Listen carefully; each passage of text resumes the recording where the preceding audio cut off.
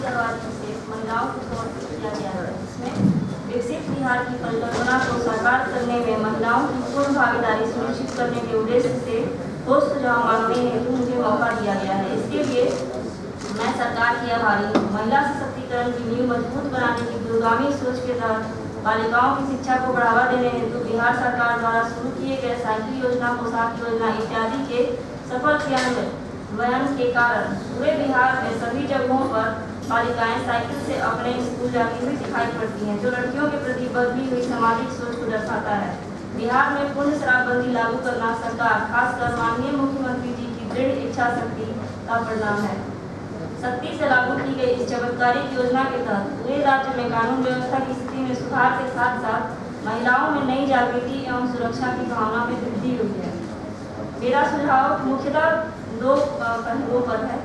पहला, उच्च तकनीकी शिक्षा प्राप्त कर चुकी लड़कियों के लिए भी बिहार में रोजगार के अवसर उपलब्ध कराने तथा स्वावलंबी बनने हेतु नए उद्योग खोलने के लिए प्रोत्साहित करना, और दूसरा, बालिकाओं को सामाजिक स्थिति में सुधार लाने के लिए पूर्ण शराबबंदी की तरह पूर्ण दहेजबंदी के लिए भी कड़े से कड़े कानून बनाकर लागू करना। एक महिला कंप्यूटर इंजीनियर होने के नाते अपने पठन पाठन के दौरान मैंने देखा है कि 90 से 95% लड़कियाँ कंप्यूटर या इलेक्ट्रॉनिक्स ब्रांच ही प्रेफर करती है।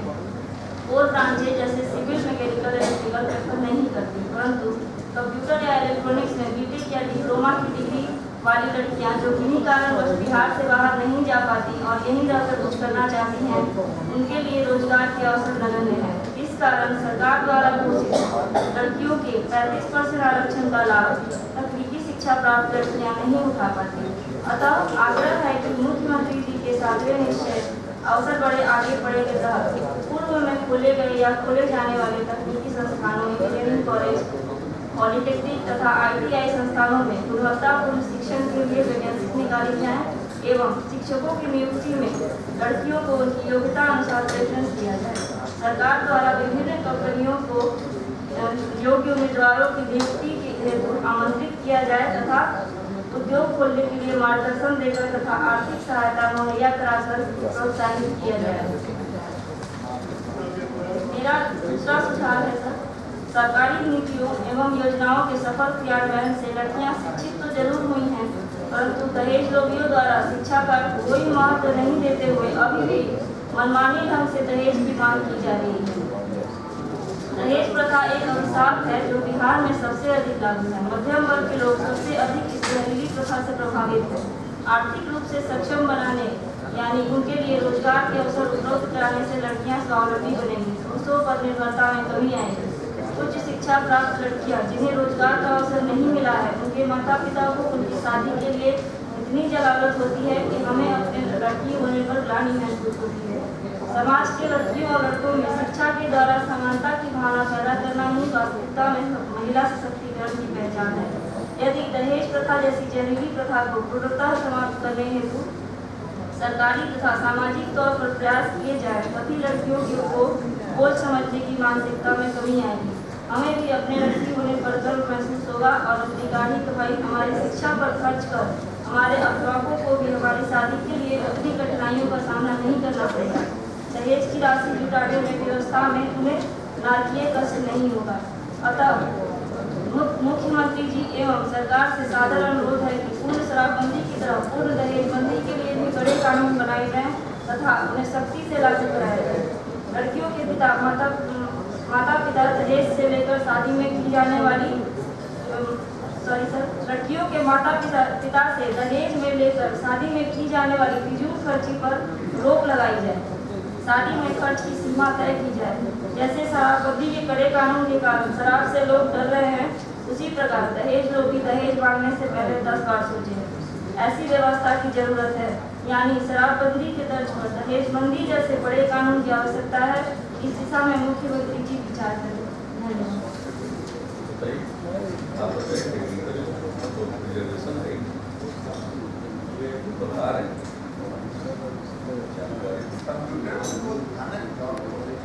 अभी लोग इतना नहीं है क्या देखो कि हर जिले में खोले हैं वहीं पर हम लोग कितना लिए हैं 902 अभी मैं तो 1577 स्वीकृत पद है सर, 902 या 905 है सर जो वो लिए हैं।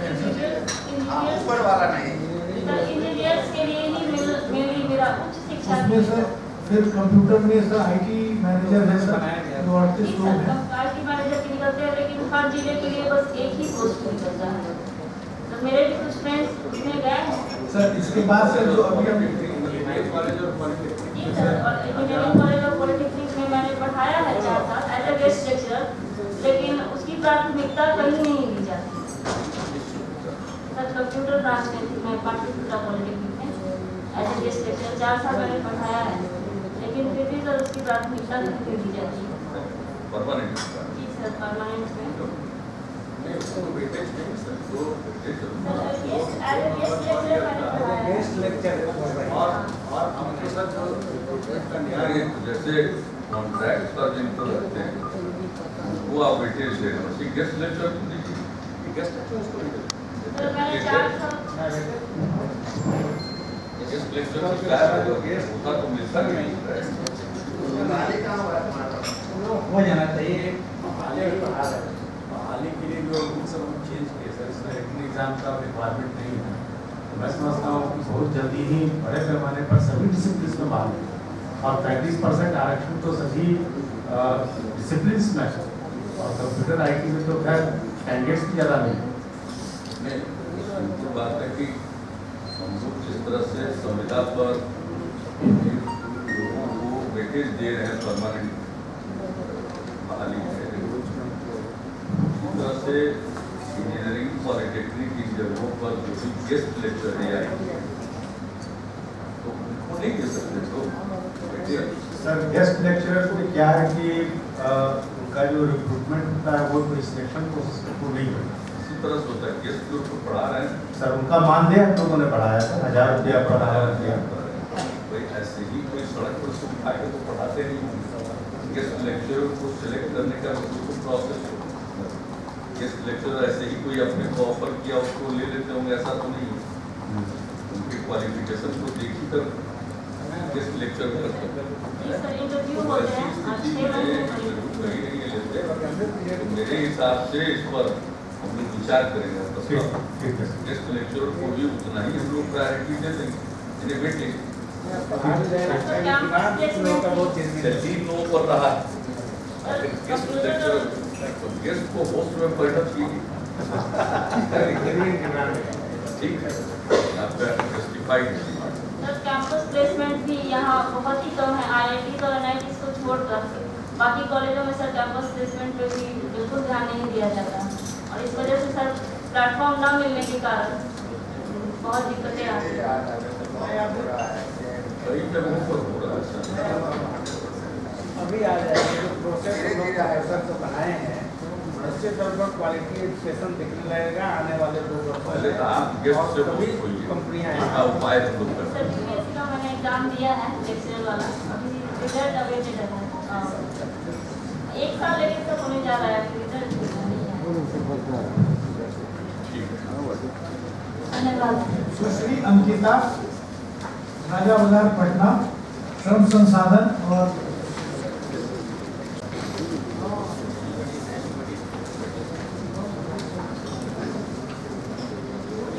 बिहार में महिला सशक्तिकरण को प्राथमिकता दी गई है। बेटियों की शिक्षा को बढ़ावा देने के लिए साइकिल योजना, पोशाक योजना सफल प्रयासों में से एक है, जिनका जिक्र आए दिन हम मीडिया में देखते आए हैं। बिहार में महिलाओं की स्थिति को लेकर बनी तस्वीर बदलने में ये सारी योजनाएं सफल ही रही हैं। वहीं दूसरी ओर हम 7 निश्चय में से एक आरक्षित रोजगार महिलाओं का अधिकार योजना के विषय में बात करें तो ये भी महिलाओं के लिए काफी लाभप्रद है। मेरा सुझाव विकसित बिहार के 7 निश्चय में से एक आर्थिक हल युवाओं को बल के तहत कुशल युवा कार्यक्रम से जुड़ा है। राज्य सरकार ने कई सराहनीय प्रयास किया है यहाँ के युवक और युवतियों को आत्मनिर्भर बनाने के लिए, लेकिन मैं अनुरोध करूंगी कि इस योजना का लाभ उठाने के लिए राज्य की युवतियों को विशेष रूप से प्रेरित किया जाए। कुशल युवा कार्यक्रम के तहत युवाओं को बुनियादी कंप्यूटर शिक्षा, संवाद कौशल की ट्रेनिंग दी जा रही है, लेकिन अगर हम आज के परिवेश में बात करें तो सामाजिक, आर्थिक और सुरक्षा की दृष्टि से अभिभावक शायद अपनी बेटियों को राज्य से बाहर उच्च शिक्षा या नौकरी के लिए भेजने में हिचक महसूस करें, पर अधिकांश अभिभावक अपनी बेटी को कंप्यूटर की शिक्षा या अंग्रेजी भाषा में कुशल बनाना चाहेंगे ताकि वो आत्मनिर्भर बन सके और अपने लिए स्वरोजगार के भी अवसर प्राप्त कर सके।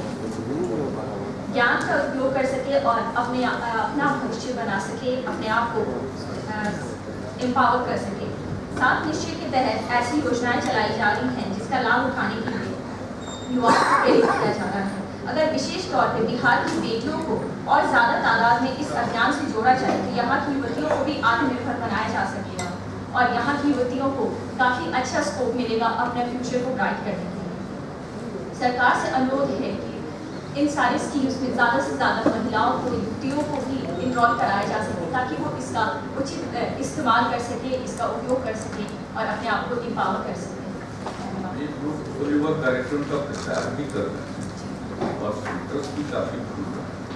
अभी सुने ही होंगे पटना के डीएम को हमने कहा कि पटना में जाना था, उन्होंने कहा कि एक बार देख लिया इस प्रकार से चल रहा है। राजा बाजार में चल रहा है, तो राजा बाजार में भी चल रहा है, तो हम लोग तो प्रमोट करना है सब, लेकिन इसके लिए और अतिरिक्त क्या एफर्ट्स करना है, सुझाव तो बताइए। मेरा सुझाव है चाहे कौशल युवा कार्यक्रम है तो मैक्सिमम यूथ आए, लड़का हो या लड़की, उसका वो उनको रोजगार तलाश करें और बेहतर रोजगार मिले। तो लोन है, इसी के लिए हम लोगों ने स्कीम बनाई। आप और बताइए कि जितना हम लोग इसके लिए एफर्ट कर रहे हैं तो और क्या करना चाहिए, आप दीजिए। इसके लिए सबसे ज़्यादा है कि पेरेंट्स को कॉन्फिडेंस मिलेगा होगा कि उनके बच्चे जब कंप्यूटर का ज्ञान उन्हें मिलेगा, उन्हें पता चलेगा कि अंग्रेजी भाषा को सीख करके वो किस तरीके से और भी अगर हम युवा पीढ़ी की बात करें आइडिया ये हुआ पेरेंट्स को भी तो इस तरह से प्रचार करना चाहिए कि गार्जियंस को भी मिले, ठीक है, ये ठीक है। अब उसके बारे में कुछ सोचिए, प्रचार का तरीका जिसमें गार्जियंस को भी प्रेरित किया जाए कि अपने बेटे बेटियों को भेजें। सर हम लोगों ने उसमें एक चीज किया, जैसे हम लोगों ने जीविका ग्रुप के माध्यम से भी तीनों योजनाओं का प्रचार शुरू करने के लिए जीविका ग्रुप की पहुंच जो है वो अभिभावकों तक भी है, लेकिन हम लोग प्रचार कर रहे हैं। इसके अलावा जो सोशल मीडिया और बाकी कर रहे हैं, उसके अलावा जीविका ग्रुप का हम लोग तो ठीक है, देहाती शहरी क्षेत्र के बारे में सोचिए, क्योंकि शहरी में तो जीविका है नहीं, जो शहरी क्षेत्र का सेल्फ हेल्प ग्रुप है वो बहुत ही कम अभी है। काफी पेरेंट वाला जो मीटिंग होता है स्कूल में जो हम लोग टीचर पेरेंट मीटिंग होता है, हम इस चीज को लाया जाता है।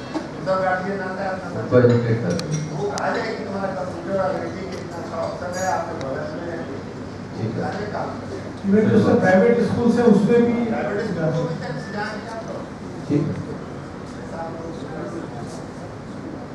गार्जियन से सीधे बात।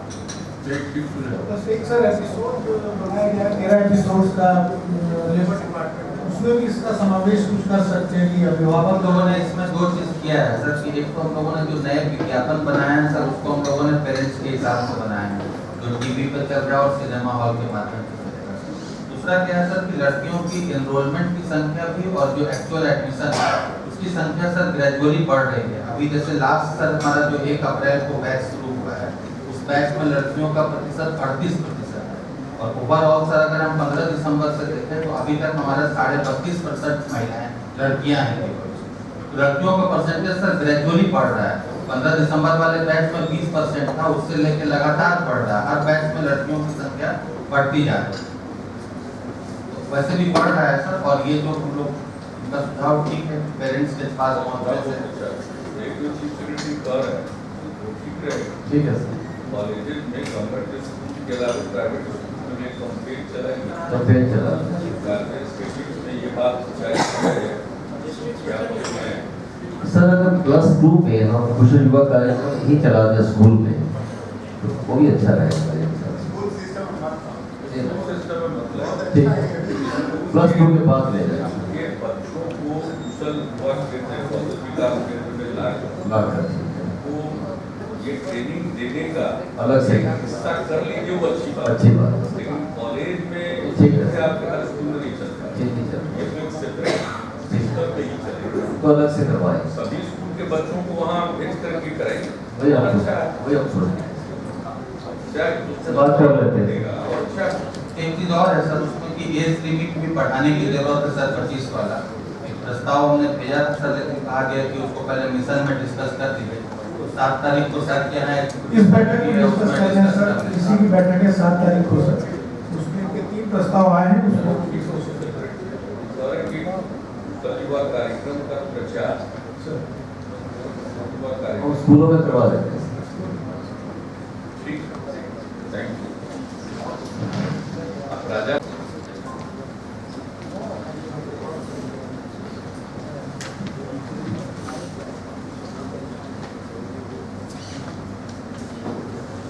सुश्री शक्ति प्रिया, अनीसाबाद पटना, एजुकेशन और वेलफेयर डिपार्टमेंट से संबंधित सुझाव।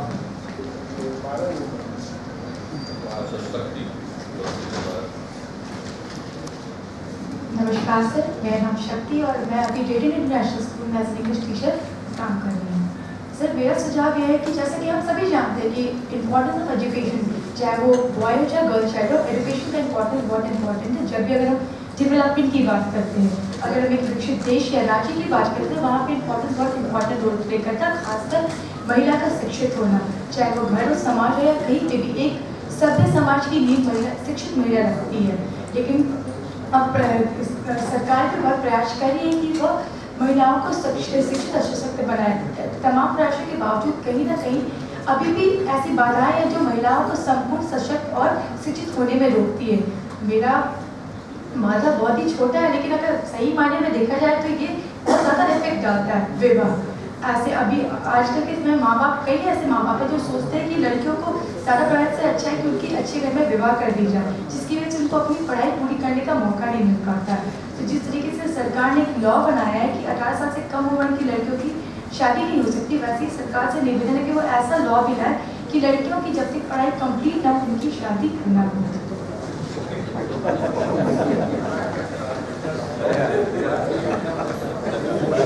बहुत माँ बाप सोचते हैं कि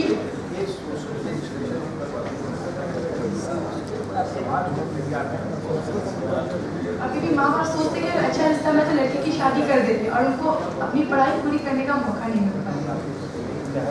थोड़ा फंडामेंटल राइट को से टकराएगा, इसलिए ठीक है, आइडिया है ये है आपका, तो आइडिया आना ठीक है, सब कोई बात, लेकिन हाँ इसका तो ज़्यादा जागरूकता का ही, इसलिए एजुकेशन को बढ़ावा देने के लिए तो सब किया।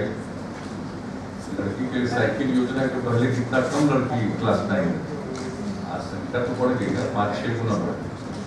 अगर से ये लॉ आ जाए तो करने से ही होगा, सिर्फ कानून तो मेरे हिसाब से ये थोड़ा कहते हैं कि कानून से हर कोई डरता है। आपका बेसिक चीज ये है कि सबको पढ़ाना चाहिए। ठीक सुश्री अंशु भारद्वाज, बेगूसराय। सर मेरा पहला सुझाव है अभिनव बिहार। शिक्षण संस्थानों में प्रदेश के युवाओं के अभिनव कार्यों के लिए सरकार अपना सहयोग प्रदान करे। राज्य के ऐसे युवा जो अपने अभिनव प्रयास के जरिए बिहार के विकास या समाज की बेहतरी के लिए अगर कोई सराहनीय प्रयास कर रहे हो तो उन्हें सरकार पुरस्कृत करे। मेरा दूसरा सुझाव है सरकारी योजनाओं के प्रति जागरूकता। नुक्कड़ नाटक, नृत्य, मोनो एक्ट, प्रतियोगिता, भाषण, वाद विवाद आदि माध्यम से नियमित रूप से चौक चौराहे पार्क में सरकार की योजनाओं से संबंधित जागरूकता बढ़ाना और लोगों को आम स्थानीय भाषा एवं तरीके से बताना। हमारा तीसरा सुझाव है मूल्यांकन। कई बार गुणवत्तापूर्ण कार्य एवं परिणाम हेतु प्रतिस्पर्धा जरूरी होती है। अगर सरकारी विभागों एवं संस्थानों के नियमित मूल्यांकन की व्यवस्था हो तो बेहतर परिणाम देखने को मिलेंगे। सरकारी संस्थान में मूल्यांकन हेतु एक पारदर्शी समिति का गठन किया जाए और यह समिति बेहतर एवं गुणवत्तापूर्ण कार्य के लिए कुछ मापदंडों पर विभागों एवं संस्थानों की रैंकिंग करे। मेरा चौथा सुझाव है जन विचार।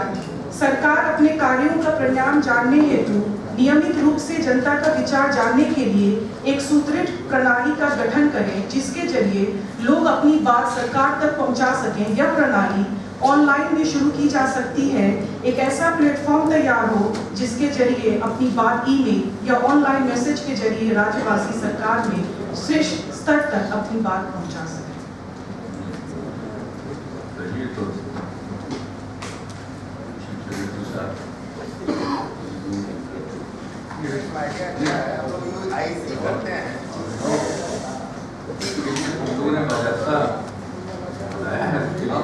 सरकारी स्कीम जितने भी हमारी योजनाएं सब उसका प्रचार प्रसार कितना प्रयास होता रही है। इसके लिए हम लोग के पास प्लानिंग में है और पुरस्कृत भी करते हैं बिहार दिवस। एक तो हम लोग उसको उद्योग विभाग में रिकॉर्ड भी बन गया है। इनोवेशन वाला क्या जो इंक्यूबेशन सेंटर सब कमेटी हमारे हैं सर, लेकिन ये विकास अध्यक्षता में लेकिन सब कमेटी में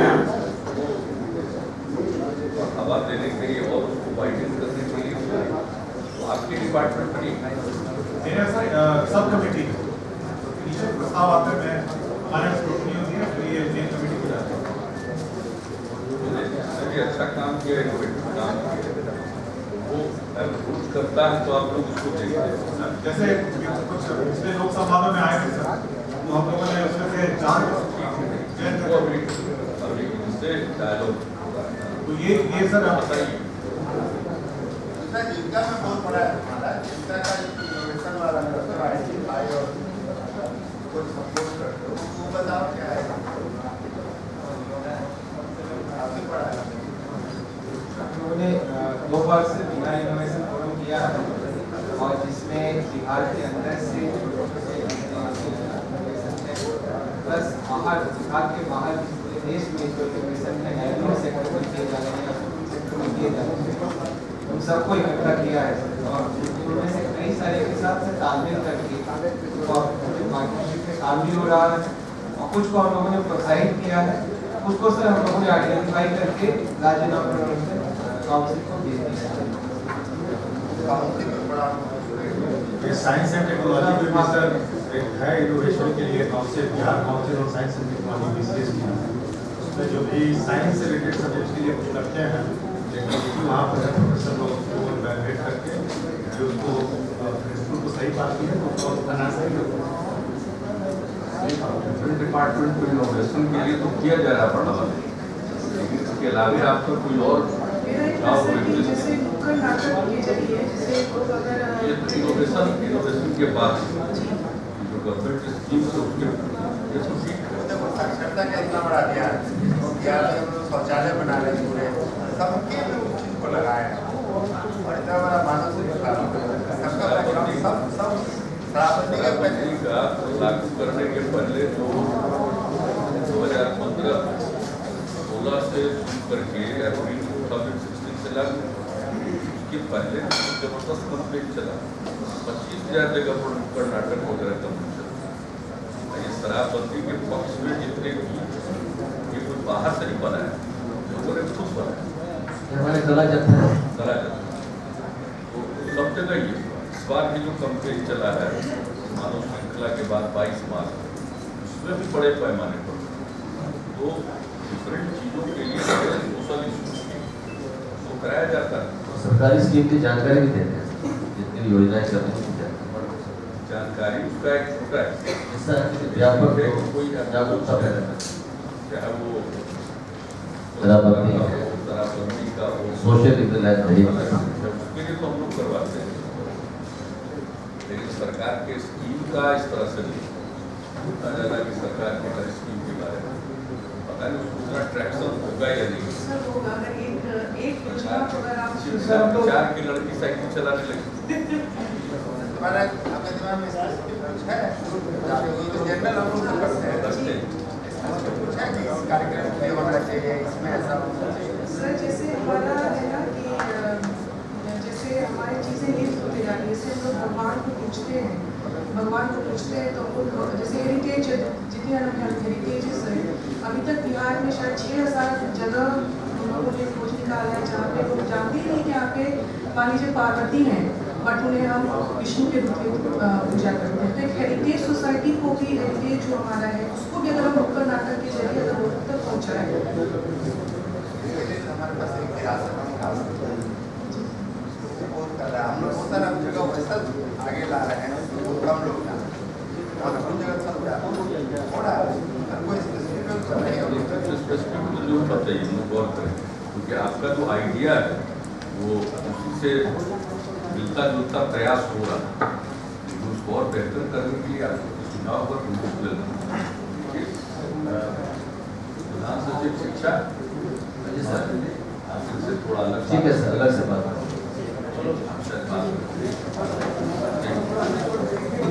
धन्यवाद।